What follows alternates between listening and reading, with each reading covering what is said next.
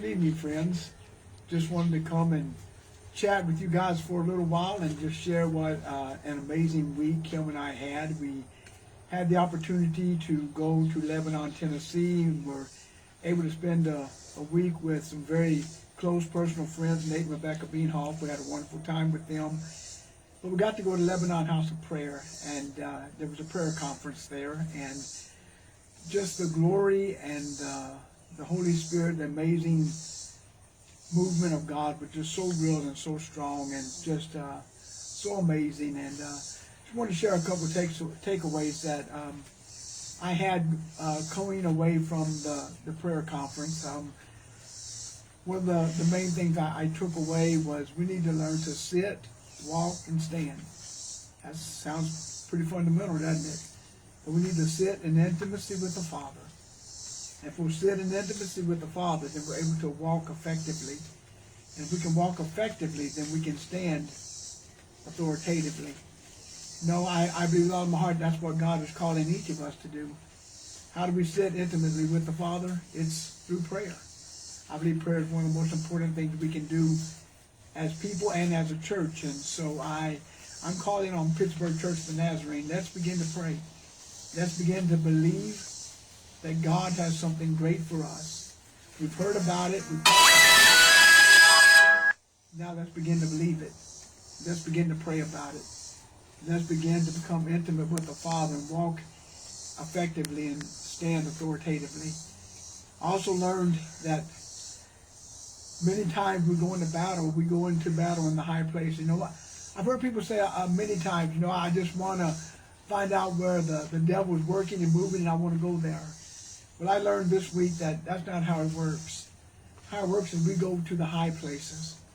As we go into the high places, we begin to call on the presence of God. And the presence of God invades our lives, and invades our home, and invades our city, and invades the devil's territory and tears the devil's territory down. And so let's go into intimacy with the Father, and let's go into the high places and begin to call on God, and begin to pray the glory of God down, and begin to allow heaven to come to earth. And when heaven invades earth, and when heaven invades Pittsburgh, Pittsburgh can't stand where it's at. Pittsburgh has to change. And so I'm just excited about what is going to be doing, what God is going to be doing. And this Sunday we're going to continue in our series, It's Just Life. We're going to be talking from 1 Samuel chapter 18. If you want to read that chapter, we're not going to talk about the whole chapter, but if you just want to read that, you'll get a glimpse of where we're going.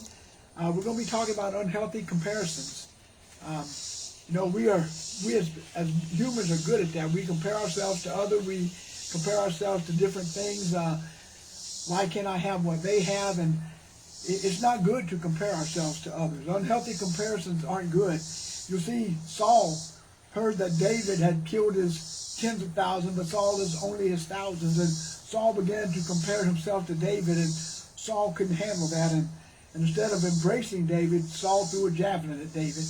And that's the way we are many times. We want to compare ourselves to others, and when we don't measure up, then we get frustrated, we get down. And we need to understand, God didn't call us to compare ourselves to others. God called us to walk in who He's called us to be who He's called us to be.